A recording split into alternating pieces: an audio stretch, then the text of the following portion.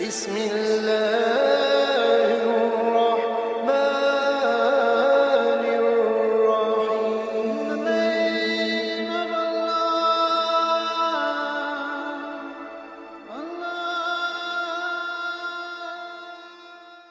ولتكن منكم أمة يدعون إلى الخير ويأمرون بالمعروف وينهون عن المنكر وأولئك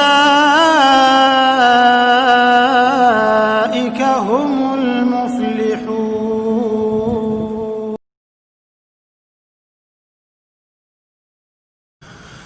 Melanjutkan bahasan masalah surga dan kita masuk ke pasal 22 tentang masalah pasar ahli surga. Dan kita tahu Bapak Ibu sekalian bahwasanya salah satu hiburan manusia di dunia adalah pasar. Karena mereka pada saat ke pasar melihat sesuatu yang menyenangkan hati mereka, membeli kebutuhan-kebutuhan, bertemu dengan orang-orang mungkin yang dia ingin temui, atau bahkan mendapatkan pengalaman-pengalaman baru, suasana baru, dan seterusnya. Banyak fasilitas-fasilitas yang di dunia yang sebenarnya Allah subhanahu wa ta'ala juga memberikannya di akhirat. Sebagaimana kita tahu di surga ada makanan, ada pakaian, ada tempat tinggal, hanya saja kondisinya berbeda, situasinya berbeda. Seperti misal kasus pakaian yang pernah kita jelaskan dulu, berbeda sekali. Pakaian ahli surga itu akan diletakkan oleh Allah yang maha tinggi dan maha pemurah di sebuah pohon, yang pohon itu memiliki buah yang sebesar bentuk seperti delima tapi sangat besar. Kalau ahli surga ingin menggunakan baju atau mengganti baju mereka, maka secara otomatis pohon itu akan mendekat, terbuka, kemudian di dalamnya ada 70 gaun dengan 70 warna, dengan 70 model yang dia tinggal ingin dalam hatinya jenis tertentu atau warna tertentu, maka tiba-tiba terkenakan di badannya tanpa lagi harus dia buka, dia pasang, nggak ada lagi seperti itu. Jadi ada pakaian sebagaimana kata dunia tapi berbeda sisi kualitas ya. Terus metode caranya, situasinya berbeda semuanya. Dan pada saat pohon itu tertutup, ya semacam tanda kutip lemarinya ahli surga itu tertutup karena dia sudah memilih gaunnya, kemudian dia ingin mengganti pada waktu yang seketika setelahnya, mendekat lagi tempat tersebut, pada saat dibuka berubah lagi 70 gaun tapi beda warna, beda model, semuanya berbeda. Jadi setiap saat, dan itu khalidina fiha, kekal di dalamnya, nggak ada lagi batas waktu. Bahkan dalam hadis dikatakan Nabi SAW bersabda, pakaian mereka tidak akan usang. Jadi walaupun baju itu kita pakai terus berhari-hari, bertahun-tahun pun, kalau hitungan dunia kita bahasakan tahun, di akhirat tentu tidak ada lagi hitungan waktu seperti ini. Dimensi waktunya berbeda gitu. Maka secara otomatis ya, tidak akan usang. Apalagi kalau diganti. Dan setiap saat makanan ahli surga sudah kita jelaskan panjang lebar. Buah, ada nama-nama seperti buah delima, buah kurma, buah anggur, di dunia ada. Tapi ini cuma sama dari sisi nama, bentuk, rasa, berbeda semuanya. Kurmahnya besarnya seperti tempayan, sebesar apapun. Mungkin sekarang kalau kita lihat kurma paling besar mungkin ambar, itu seperti jari telunjuk seseorang di antara kita gitu kan. Ya mungkin digabungin 2 jari telunjuk itu maksimal. Nggak ada kurma yang lebih besar daripada itu. Tapi di akhirat satu buah kurma seperti tempayan, yang dia makan bukan karena lapar, tapi dia sedang menikmatinya. Dia akan berhenti kalau dia ingin pindah ke kegiatan lain atau ke makanan lain. Nggak ada kenyang, nggak ada lapar. Sudah kita jelaskan masalah itu. Buah-buah anggur yang sangat besar dan tidak pernah habis. Buah di surga kalau dipetik keluar lagi, dipetik keluar lagi, nggak pernah habis. Nggak butuh tunggu waktu untuk itu. Tidak butuh tunggu waktu untuk supaya bisa tumbuh lagi. Bahkan ada hadis yang disebutkan oleh Nabi SAW, nanti ada orang di surga meminta kepada Allah agar bercocok tanam. Dia mau cocok tanam. Kata Nabi SAW, Allah berfirman padanya, Bukankah semua fasilitas sudah ada padamu? Semua pohon-pohon, semua jenis buah-buahan ada, bahkan di surga ada yang tidak mungkin ada di dunia. Jenis buah-buahan yang tidak bisa dibayangkan, karena semua di surga tidak pernah mata lihat, tidak pernah telinga dengar, tidak pernah terlintas dalam hati manusia. Sebagaimana dalam hadis disebutkan. Lalu kemudian Nabi SAW mengatakan kepada kita semuanya, orang ini berkata kepada Allah, ya Allah, tapi saya ingin, jiwa saya ingin sekali punya pohon-pohonan. Maka Allah Subhanahu wa taala memberikan kepadanya sebuah biji, yang biji itu ditanam oleh dia di tanah surga, kemudian tiba-tiba tumbuh menjadi pohon yang besar, tiba-tiba berbuah pada waktu itu juga. Sampai Nabi SAW sempat tersenyum pada saat itu, karena luar biasanya fasilitas di surga. Tidak butuh tunggu waktu, ditanamkan bibit tersebut, kemudian tiba-tiba jadi pohon besar, tiba-tiba berbuah dan tiba-tiba dinikmatin sama dia. Ada seorang Arab Badui hadir di majelis Nabi SAW berkata, ya Rasulullah, pasti itu orang Ansar. Itu orang yang minta sama Allah, itu orang Ansar. Orang Ansar penduduk Madinah, karena mereka rata-rata petani kan. Akhirnya membuat semua sahabat tertawa pada saat itu. Tapi ini contoh saja bagaimana di surga itu fasilitasnya sangat luar biasa. Batang-batang pohon yang sudah kita bahas pertemuan yang lalu, semuanya batang pohon kita di dunia umumnya memiliki kulit yang keras atau mungkin pun kulitnya lembut seperti pisang misalnya, tetapi juga basah dan segala macam hal yang mungkin memiliki banyak hal yang membuat manusia tidak ingin memegangnya, ada getah dan seterusnya. Tapi kalau di surga batang pohonnya emas, sulit dibayangkan, batang pohonnya emas tapi bisa berbuah, kuasa Allah Subhanahu wa taala, tidak ada yang mustahil, gitu kan? Dan kita tidak perlu heran hal-hal yang seperti ini teman-teman sekalian, karena Allah Maha Kuasa dan kita memang ini dasarnya manusia, anak Adam penghuni surga. Kita di tempat kita memang di sana. Ya. Ayah kita Adam alaihissalam diturunkan dengan istrinya Hawa ke muka bumi, kemudian akan kembali ke sana.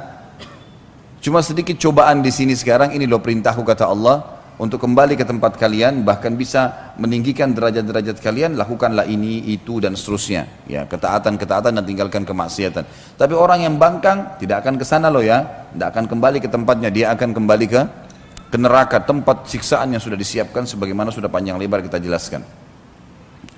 Semua fasilitas di surga, fasilitas yang tidak bisa dibayangkan, susah sekali ya, dengan dibayangkan. Tetapi kita imani, karena keimanan akan memudahkan kita untuk meyakininya. Ya. Contoh misalnya air yang kita bahas, bagaimana bisa ada air jalan di depan mata seseorang ahli surga di istananya tanpa tersentuh tanah, dan dia bisa mengambilnya tanpa tertumpah di lantainya, gitu kan? Itu semua sudah kita jelaskan panjang lebar. Semua ini saya review kembali dan masih banyak yang kita tidak reviewkan tentunya, untuk menekankan sebuah poin. Pada saat kita membahas pasal ke-22 tentang masalah pasar ini, jangan dibayangkan seperti pasar kita yang becek, yang kotor, ya. Atau mungkin hanya seperti mall, orang masuk kemudian lula-lalang, toko bersebelah-sebelahan, bukan itu. Memang disebutkan dalam hadis masalah pasar, tetapi di sini tidak ada transaksi. Pasar ini tujuannya hanya dijadikan oleh Allah yang Maha Tinggi dan Maha Pemurah sebagai tempat pertemuan ahli surga. Dan umumnya ini didatangi oleh kaum laki-laki di surga. Kaum wanita mereka tinggal di istana. Inilah yang akan kita bacakan hadisnya. Hadis diriwayatkan oleh Imam Muslim. Anas bin Malik radhiyallahu anhu meriwayatkan sabda Rasulullah sallallahu alaihi wasallam, sesungguhnya di surga terdapat pasar. Mereka mendatangi pasar tersebut setiap Jumat. Lalu berhembuslah kepada mereka angin dari arah utara, dan hembusan angin tersebut mengenai wajah dan pakaian mereka sehingga mereka bertambah indah dan tampan. Ini jelas yang dimaksud adalah kaum laki-laki. Mereka bertemu, mereka keluar, mereka bertemu di situ. Kata sebagian ulama hadis maksudnya mereka saling kenalan, ya, satu sama yang lain. Karena ada kaum-kaum sebelum kita yang beriman, kaumnya Nabi Nuh, kaumnya Nabi Shu'aib, kaumnya Nabi Saleh. Kita sama-sama di surga, maka kita berkenalan sama mereka, dan itu setiap Jumat. Tentu di surga sudah tidak lagi sholat Jumat, gitu ya. Tapi mereka bertemu. Satu-satunya ibadah yang tertinggal yang kita lakukan di dunia dan akan ada di surga adalah zikrullah. Karena kita selalu berzikir, bersyukur kepada Allah SWT pada saat itu. Kemudian mereka pulang menemui istri-istri mereka dalam keadaan semakin tampan dan mempesona. Berarti jelas ini kaum laki-laki ya. Karena para istri mereka menunggu di rumah atau di istananya. Melihat itu, istri-istri mereka berkata, demi Allah, engkau semakin bertambah indah dan mempesona setelah meninggalkan kami. Tadi baru keluar menuju ke pasar, kemudian sekarang balik, tambah tampan, berubah. Ya. Ini bukan karena pergi salon suaminya, ya. Kemudian baru cukur baru, ya. Enggak. Kadang-kadang orang kalau pergi salon, cukur balik masih ada saja harus mandi gerak. Enggak ada, ini tiba-tiba sudah sangat sempurna. Gitu. Enggak ada lagi orang jelek di surga. Enggak ada lagi orang jelek.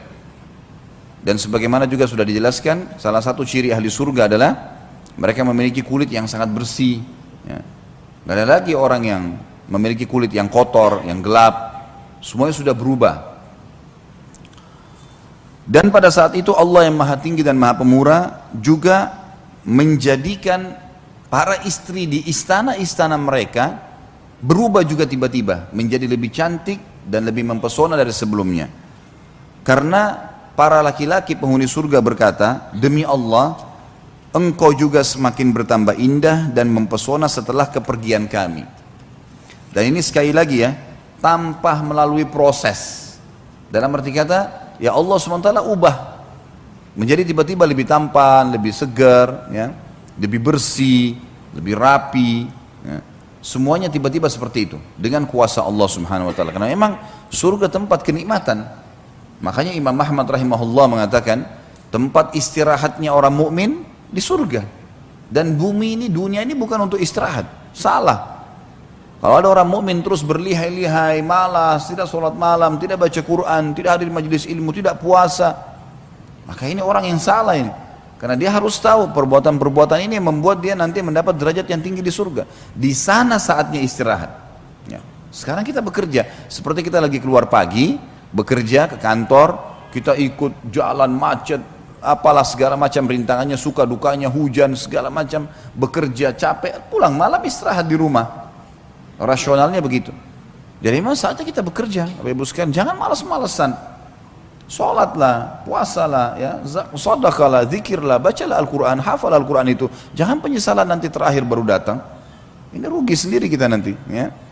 Karena penyesalan nanti terakhir teman-teman sekalian. Walaupun orang masuk ke dalam surga disepakati oleh para ulama, tidak ada orang ahli surga menyesal.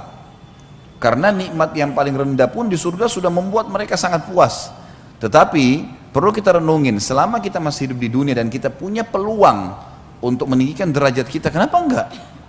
Kenapa tidak kita lakukan? Apa sih yang membuat tidak mau sholat duha, tidak mau sholat sunnah qobliyah, tidak mau sholat sunnah ba'diyah? Berapa lama dikerjakan? Dan itu kalau dinikmatin akan jadi nikmat itu. Sampai Nabi SAW mengatakan dalam hadis, innama ju'ila qurratu aini fis shalah. Allah telah menjadikan kenikmatan hidupku di sholat. Di atas segalanya sholat bagi dia. Sallallahu alaihi wasallam, dan kita pengikutnya harusnya kita mencontohi beliau. Salat itu nikmatin Bapak Ibu sekalian, dari takbir Allahu Akbar tenang, baca iftitahnya pelan, Al-Fatihah pelan, jadikan betul-betul sebuah pertemuan mulia antara kita dengan Sang Pencipta Allah. Tanda kutip di sini. Karena kita komunikasi dengan Allah Subhanahu wa taala dengan salat gitu kan. Karena salat itu memang doa, ya, seseorang sedang menyampaikan, sedang komunikasi dengan Tuhannya. Dalam sebuah hadis sahih dikatakan kalau seorang hamba mengatakan Alhamdulillah, Allah menjawab dari langit, habadani abdi, hambaku memuji-muji saya. Memang ada respon. Kita kalau ruku kita mengatakan Subhana rabbiyal azim, maha suci Tuhanku yang maha agung. Sami Allahu liman hamida, Allah telah mendengar siapapun yang memujinya. Rabbana walakal hamd, segala puji bagimu wahai Tuhan kami. Sujud Subhana rabbiyal a'la, maha suci Tuhanku yang maha tinggi. Memang kita sedang komunikasi. Tahiyat at-tahiyatu lillah, semua ucapan baik yang kami ucapkan untuk Allah. Jadi semuanya memang komunikasi seorang hamba dengan Sang Pencipta Allah, maka harus nikmatin, ya. Jangan bermalas-malasan. Malas ini adalah penyakit yang harus dijauhi dan tidak layak dipredikatkan atau bahkan melekat pada seseorang mukmin dan mukminah. Tidak boleh. Saatnya kita bekerja, gitu kan. Nanti di surga akan ada balasan yang membuat kita puas. Kata Allah dalam Al-Quran, fala sawfa yarda. Semua orang-orang yang berbuat ketaatan itu nanti dia akan ridha, dia akan luar biasa puas. Bahkan ya, mereka berharap kalau bisa kembali ke dunia supaya mereka mengulangi amal-amal soleh dan memaksimalkannya. Ya, kemudian barulah mereka meninggal dunia. Para sahabat itu kalau sholat sampai disebutkan dalam riwayat seperti seperti batang pohon yang tidak bergerak. Walaupun sampai disengat, ada beberapa di antara mereka disengat dahinya oleh lebah, berdarah, nggak bergerak. Karena nikmatnya mereka sholat. Ada di antara mereka dikena anak panah, berdarah, tidak bergerak. Gitu. Bagaimana dengan kita? Kadang-kadang cuma karena gerah sedikit, nggak mau sholat malam. Digigit semut, sudah berhenti, konsentrasinya buyar semua. Gitu kan? Yang lebih besar Anda atau semut? Hah? Lebih besar kita kan? Digigit ya sakit, ya sabarlah. Kecuali kalau kita lagi tidak sholat. Kalau lagi tidak sholat mungkin lain. Kita bisa memindahkan dia, tapi kalau lagi sholat. Terus kemudian gara-gara itu setan tunggangi satu ekor semut untuk supaya kita tidak khusyuk sampai salam, ini bagaimana? Kehilangan banyak pahala. Gitu kan? Makanya semua tempat, lokasi kita sholat memang sudah dibersihkan, diamankan. Kemudian baru kita sholat, karena termasuk tambahan dan adab dalam bab sholat, kalau seseorang itu memperindah dan menambah kenyamanan tempat-tempat ibadahnya, sejadahnya sudah bersih, mukenanya sudah bersih, sudah dibubuhi minyak wangi, kemudian segala macam hal yang merupakan masuk dalam bab adab, itu nanti akan kita bahas insya Allah setelah selesai, karena bahasan kita tentang surga hari ini selesai ya. Insya Allah pertemuan akan datang kita akan masuk kembali ke kitab Minhajil Muslim.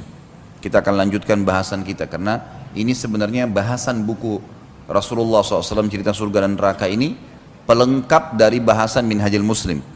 Pada saat kita bahas tanda-tanda hari kiamat, mahsyar, juga tentang kematian dan nikmat dan azab kubur, di Minhajil Muslim tidak disebutkan surga dan neraka, makanya kita pindah ke buku ini. Dan ini pasal terakhir kita dalam masalah surga dan neraka ini, dan saya tetap berharap Bapak Ibu sekalian buku ini harus selalu dijadikan sebagai rujukan untuk dibaca, bukan hanya pada saat kita taklim saja, sebelum tidur review lagi kembali, baca tentang neraka, atau merasa futur itu kayak orang yang lemah lagi imannya, buka buku ini, baca tentang neraka, baca tentang surga, janji-janji Allah, itu sangat bagus ya, sangat bagus, sangat membantu kita sebenarnya untuk kembali mengingat akhirat, karena beriman tentang akhirat ini sangat besar manfaatnya, luar biasa. Orang kalau mendahulukan akhirat dan selalu tahu kalau akan ada alam akhirat sana, dia buka matanya sehingga melihat realita memang dunia akan kita tinggalkan, karena sehebat apapun seseorang, sekuat apapun fisiknya, sesehat apapun dia, setinggi apapun jabatannya, tetap mati gitu. Itu faktanya, itu nggak bisa kita bohong, nggak bisa didustakan itu. Gitu kan? Dan semua yang kita kerjakan, sebagaimana ada hidup dan mati, akan ada hisab di sana, ada surga dan neraka gitu. Maka seseorang beriman tentang adanya akhirat sangat luar biasa, membuat ketentraman jiwa, karena dunia jadi kecil buat dia. Seberat apapun cobaan dia bisa laluin, gitu kan? Apapun sifatnya, oh dunia sebentar, udahlah saya akan laluin. Gitu. Udah kita akan laluin, kita akan sangat semangat untuk mengejar akhirat itu, dan kita akan menganggap dunia ini kecil, apapun yang luput dari kita tidak masalah, tidak ada sesuatu yang masalah. Sampai para ulama salaf anggota tubuhnya pun dipotong, bagiannya kecil, karena ini tidak akan abadi kok. Dunia dia mati, nanti dikasih jasad yang baru di akhirat. Jadi orang beriman sangat luar biasa. Kenapa para sahabat bersemangat untuk pergi jihad, padahal bisa dicincang badannya, bisa ditusuk, bisa segala macam, karena dia tahu, dia sangat yakin kalau ditusuk nanti saya akan menuju kepada kehidupan abadi itu, dan semua yang dijanjikan ini pasti ada. Innallaha la yukhliful mi'ad, Allah nggak bakal mungkin pungkiri janjinya, gitu kan? Waman asdaqu minallahi qila, siapa yang lebih jujur daripada Allah dalam penyampaian, nggak mungkin salah, nggak mungkin salah. Dan sudah pernah saya bilang, ketaatan-ketaatan yang kita lakukan Bapak Ibu sekalian, hanya kita lakukan dengan menikmatinya dan sabar sebentar, mati masuk surga. Maksiat tidak usah dikerjakan, nggak ada manfaatnya buat kita sama sekali. Dibenci sama Allah, dibenci oleh manusia, efek jerahnya besar, lalu untuk apa? Toh juga setiap kemaksiatan yang dilarang itu jumlahnya lebih sedikit daripada yang diperintahkan atau gantinya. Kalau Allah haramkan misal daging hewan tidak boleh dimakan, semuanya jenis hewan, Allah ciptakan miliaran hewan, lalu Allah berikan kita hawa nafsu mau makan daging, susah, memang berat. Tapi enggak, Allah haramkan babi, Allah ganti dengan sapi, ayam, kuda, kelinci, ikan, banyak gantinya. Lalu untuk apa kepada yang haram yang sedikit itu untuk apa? Khamr dilarang. Baik, ada gantinya susu, sirup, madu, banyak gantinya. Terus kenapa harus nyorot yang kecil sedikit itu? Gitu. Sementara orang kalau lakukan kemaksiatan Allah benci dan akan ada hukumannya, serta di mata manusia juga tidak disuka. Orang yang suka dusta, orang yang suka ganggu orang lain, sibuk mencari fitnah, aib-aibnya orang lain, memfitnah dan seterusnya. Tidak ada orang yang suka. Kalau ada orang yang mendekat pun itu karena ada masalah dunia. Coba kalau seandainya dia sudah bangkrut atau dia sudah tidak punya jabatan, orang semua menjauh dari dia. Tapi orang beriman, subhanallah, ada harta nggak ada harta, kalau dia orang soleh atau soleh, orang suka. Oh si fulan, oh itu masya Allah tuh orang soleh, orang suka. Allah SWT berikan fitrahnya begitu. Sabar, sabar sedikit. Dan pernah saya jelaskan sabar itu dalam 3 hal. Sabar dalam mengerjakan ketaatan kepada Allah, memang butuh sabar. Hadir majelis ilmu, duduk 2 jam, 3 jam, sabar memang. Tapi efeknya kan besar, gitu kan. Kita puasa, sabar, 14 jam gak makan dan minum, sabar. Tahan, sabar. Kemudian kita sholat malam, sabar, memang ngantuk, tapi bangun. Sholat, azan ke masjid, di rumah aja hujan, tapi sabar, jalan. Sabar, gak ada sesuatu yang rugi kok, gitu kan. Sama yang kedua, sabar terhadap meninggalkan maksiat. Ada penawaran, semua kita pasti terlintas dalam hidupnya. Penawaran berzina, penawaran bohong, penawaran riba, penawaran buat nota palsu, banyak itu pasti. Karena syaitan, musuh kita selalu menawarkan itu kepada kita. Tinggal kita sabar, tolak, jangan mau. Selesai. Apapun godaannya jangan mau, komitmen, jalan. Oh ini Allah haramkan, saya nggak mau. Dan yang ketiga, sabar dalam semua cobaan. Apapun cobaan sehari-hari kita, sakit, gangguan orang, ghibah, sudahlah, anggap itu sebagai warna kehidupan. Sudahlah, kita lagi jalan macet, ya sudahlah, jalan, nanti akan jalan keluarnya ada kok.